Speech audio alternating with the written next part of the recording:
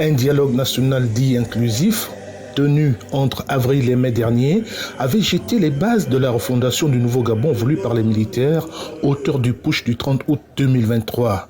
Retour sur l'appel de Monseigneur Jean-François Iba, archevêque de Libreville, c'était à la veille de ce conclave historique. Notre pays, le Gabon, doit se doter de textes solides, impersonnels et durables. Lors de cet important rendez-vous pour l'avenir du Gabon, des milliers de contributions citoyennes furent enregistrées en amont des discussions sur des thèmes variés. À en croire le général Brice Clotaire Oligui Nguema, président de la transition, le cap de l'élaboration d'une nouvelle constitution venait d'être fixé.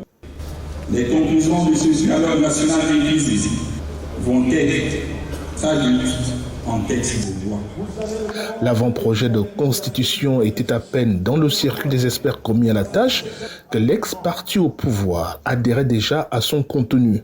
À la faveur de sa rentrée politique post-coup d'État, le Parti démocratique gabonais appelait ses militants à approuver le texte.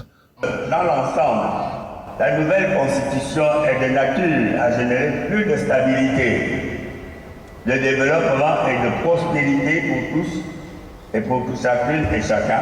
Soumise à référendum quelques semaines plus tard, le document était pourtant loin de faire l'unanimité au sein du vieux parti de masse. Parmi les voix discordantes en interne, celle non moins importante d'Alain-Claude Billy-Binzé.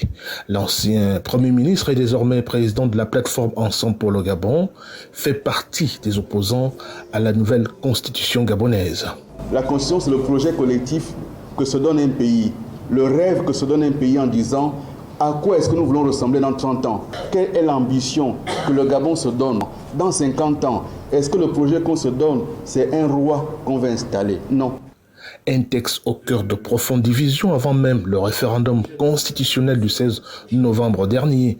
Les soutiens de la transition l'ont défendu et présenté comme l'une des meilleures dont se serait doté le pays pour tourner la page du régime Bongo.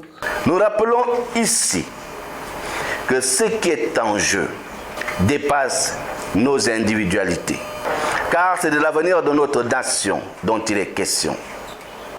Avec près de 92% de oui, les électeurs gabonais ont fini par approuver ce texte combattu par les partisans du non. Un non au renforcement des pouvoirs du chef de l'État et aux conditions controversées d'éligibilité à la présidence de la République.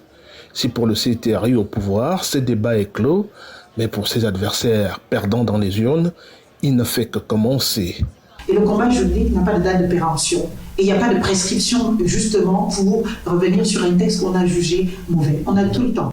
Promulgué le 19 décembre dernier par le président de la transition, le général Brice Clotaire Oligui Nguema, la nouvelle loi fondamentale entre officiellement en vigueur après les prochaines élections dont le calendrier se fait toujours attendre. Elle consacre la 5e République du Gabon selon les nouvelles autorités. Ismaël Obianzé pour VOA Afrique, Libreville.